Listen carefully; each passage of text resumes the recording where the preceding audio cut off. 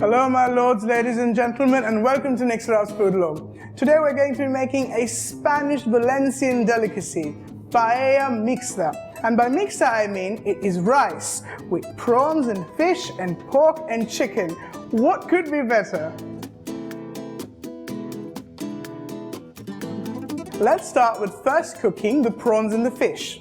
So on a pan that I put on medium to high heat, I will add some Spanish olive oil and let it heat up.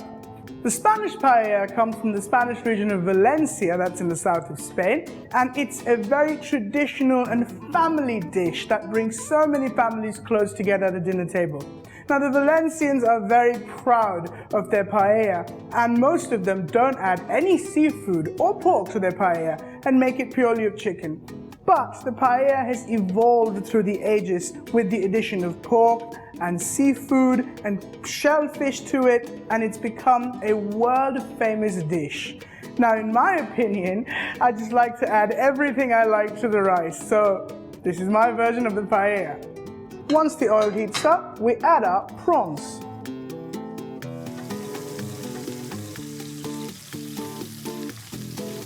Flip them over so that they cook on both sides. I've deshelled and deveined the prawns, but I've left that little tail on, because it looks good. At least most people say it does.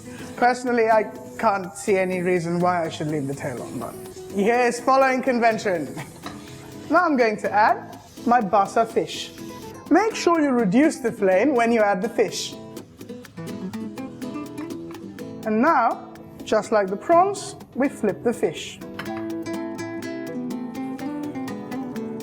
So when the fish and prawns are about 3/4 cooked, we take them off the pan and into a bowl. So the reason why we cook them 3/4 is because we cook them once again with the rice. Now we add a touch of more oil to the pan, let it heat up a bit, and on a high flame, we add the chorizo and cook it for just a while. And once the chorizo is cooked, we take it back into a glass bowl.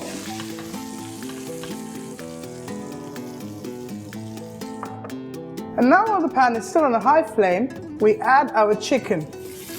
I'm using a mixture of chicken breast and chicken thighs, and it's boneless. But most of the Spanish people prefer to use chicken with the bone. And now we take the flame down, make sure we push the chicken to the edge of the pan, and in the center of the pan, we add some chopped garlic. Cook the garlic in the oil. This is followed by a chopped onion. Cook the onion till it's translucent. When the onion's cooked, we add some butter beans.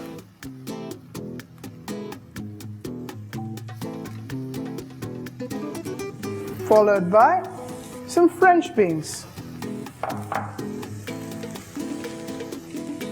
Followed by chopped red chili pepper.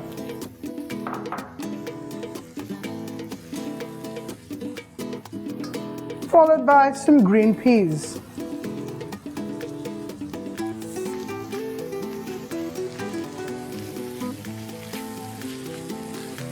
And now we put in some sweet paprika powder and some saffron.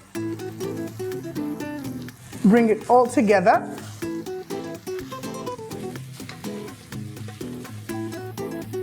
And now we add some tomato puree. And bring it all together again. And now we leave this aside for just a minute so that the tomato puree cooks and reduces a little bit. And now we add some white wine so that the caramelized juices at the base and the side of the pan dissolve and come together with the chicken and the vegetables. Now we pour in some boiling chicken stock that I kept boiling in a separate pan next to me into this mixture. I'm going to be adding about 4 cups since I'm using 2 cups of rice. To this we add some chopped rosemary and some salt. Let the salt dissolve and let the stock come to a boil. And now we add the chorizo, give it a light mix. And now to the 4 cups of stock that we have in the pan, we add 2 cups of arborio rice. You can use special Spanish paella rice, but it's not very common to find it in the market. So any short grain rice, especially arborio, is perfect. Spread the rice out, but don't overstir. And now we cover the pan and leave it aside for 10 minutes for the rice to cook on a high flame.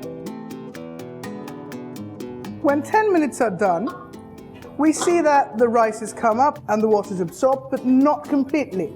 Now we put in our cooked fish and the cooked prawns. We leave it to cook covered on a low flame for 6 to 8 minutes till all the water's absorbed. But make sure you don't stir your paella when you do this, because that can cause it to get very sticky. Now that 6 to 8 minutes have passed, we take it off the heat and leave it aside for 10 minutes to let it cool down before we can eat it. Now let's fill up our bowl with some paella.